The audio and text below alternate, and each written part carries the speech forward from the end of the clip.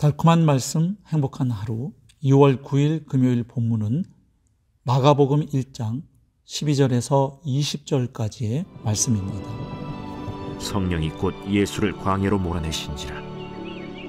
광야에서 40일을 계시면서 사탄에게 시험을 받으시며 들짐승과 함께 계시니 천사들이 수종들더라. 요한이 잡힌 후 예수께서 갈릴리에 오셔서 하나님의 복음을 전파하여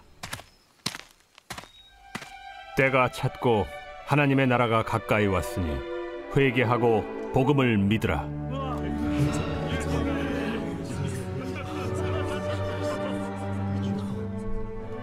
갈릴리 해변으로 지나가시다가 시몬과 그 형제 안드레가 바다에 그물 던지는 것을 보시니 그들은 어부라. 나를 따라오라. 내가 너희로 사람을 낚는 어부가 되게 하리라 하시니 곧 그물을 버려두고 따르니라.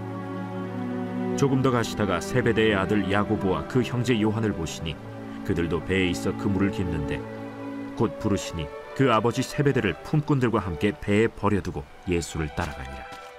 요단강에서 침례를 받으신 예수님은 광야로 가십니다. 성령께서 강력하게 이끄셨기 때문입니다. 광야에서 예수님은 40일을 계시면서 사탄에게 시험을 받으십니다. 하지만 그 시험에 승리하십니다.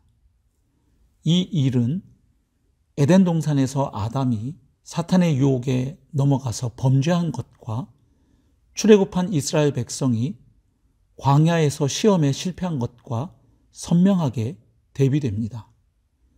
그래서 예수님이 새 아담이자 참 이스라엘로 이 땅에 오신 분임을 드러냅니다. 아담과 이스라엘 백성이 실패한 곳에서 예수님은 승리하셨기 때문입니다. 특별히 신약 성경은 예수님께서 이스라엘의 역사를 재현하셨을 뿐 아니라 과거에 이스라엘이 실패한 그 자리에서 승리하셨음을 강조하여 보여줍니다. 가령 마태복음 2장에 보면 예수님은 이스라엘 백성이 그랬듯 애굽으로 내려가고 2살 미만의 사내 아이를 모두 죽이라는 적대적인 왕을 피해 살아남습니다.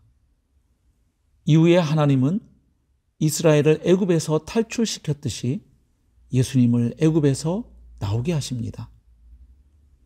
그리고 애굽을 탈출한 이스라엘 백성이 홍해를 건넌 것처럼 예수님은 요단강에서 침례를 받으셨습니다. 그리고 나서 광야에서 40일을 밤낮으로 시험받으신 것입니다.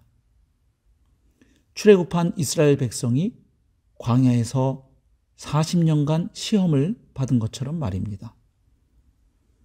이렇게 예수님의 광야 시험 사건은 그분이 새 아담, 참 이스라엘로 오셔서 인류를 구원하시는 하나님의 아들이심을 보여줍니다. 그리고 앞으로 본격적으로 펼쳐질 예수님의 메시아적 사역이 사탄과의 영적 전쟁임을 보여줍니다. 물론 그 싸움에서 승리하심으로 이 땅에 하나님의 나라가 세워지고 회복될 것을 보여줍니다. 특히 들짐승과 함께 계셨던 것은 예수님이 세우실 나라가 이사야 11장에 나오는 것처럼 평화의 나라임을 잘 보여줍니다. 광야 시험에서 승리하신 예수님은 이제 본격적으로 공생의 사역을 시작하십니다. 예수님의 공적 사역은 하나님 나라의 복음을 선포하시는 것으로 시작되었습니다. 사실 예수님의 공생의 모든 사역과 가르침의 핵심 주제가 하나님 나라였습니다. 사도행전 1장 3절을 보면 예수님은 부활하신 후에도 승천하기 전까지 40일간 제자들에게 하나님 나라의 일을 말씀하신 것을 알 수 있습니다. 즉 예수님은 공생의 시작부터 마지막까지 하나님의 나라를 증거하셨음을 알 수 있습니다. 하나님의 나라는 한마디로 하나님께서 왕으로 다스리고 통치하시는 나라입니다. 바로 그 나라의 회복을 위해 예수님께서 이 땅에 오신 것입니다. 하나님께서 천지 만물을 창조하심으로 이 땅에 하나님의 나라가 세워졌고 시작되었지만 인간이 하나님의 주권에 반역하여 저주를 받음으로 망가진 이 세상에 하나님의 통치와 구원을 가져다 주기 위해 예수님께서 오신 것입니다. 물론 예수님은 자신의 고난과 죽으심 그리고 부활을 통해 결정적으로 하나님의 나라를 이 땅에 회복하실 것입니다. 그래서 예수님은 사람들에게 하나님 나라의 복음을 선포하시며 회개와 믿음을 촉구하셨던 것입니다.